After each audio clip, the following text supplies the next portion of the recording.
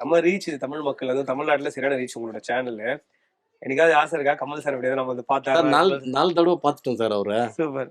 அவரு எங்கெங்க இங்க வந்தாரோ தக்லைட் லாஸ்ட் நம்மளுக்கு முன்னாடி இருந்துச்சு, ஆனா கிட்ட மீட் ஆகல. இன்னும் இதுவரையிலும் மீட் ஆகல. ஆனா அவரு நான் சும்மா அவ்வளவு தூரத்துல இருந்து பக்கத்துல பாத்திருக்கேன், அது வரைக்கும் பக்கத்துல பேசுனது பாத்துருக்கேன். இல்ல. இதுவரையிலும் பேசுனது கிடையாது. சீக்கிரமா நடக்கட்டும், சென்னைக்கு வரால் அவர் ஆபீஸ் கூட்டி இப்ப பேசுறோம். நீங்க காமிச்சிடுறீங்க இல்லையா, அவரே பாத்துருவாரு. கண்டிப்பா.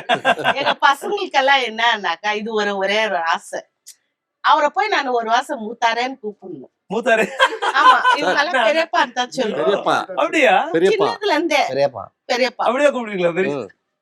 பெரியப்பா மூத்தாருன்னு தான் சொல்லுவாங்க. இந்த மூத்தாரு இந்த ஒரு படம் வந்துக்குது இப்போ, புது படம், அப்படித்தான் சொல்லுவாங்க.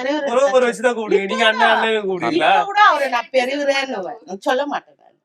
பேர் விட்டு சொல்ல மாட்டாங்க. பெரியவரனாக்கா எல்லாரும் தெரிஞ்சுக்குவாங்க. தெரிஞ்சுக்குவாங்க. அவரை தான் சொல்றாங்க. அவரு பெரியப்பா இல்ல, பசங்க எல்லாம் அவ்வளவுதான். கமல் சார் ஏதாவது பாத்தாருன்னா நல்லா இருக்கு பாருங்க. ஒரு குடும்பமே உங்களை ஒரு வச்சுதான் கூப்பிட்டு இருக்கு.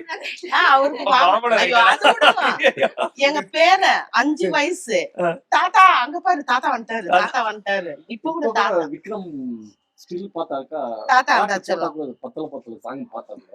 அது யார் பண்ணாக்கா நீ தான் தாத்தா நானு என்ன காமிக்கும்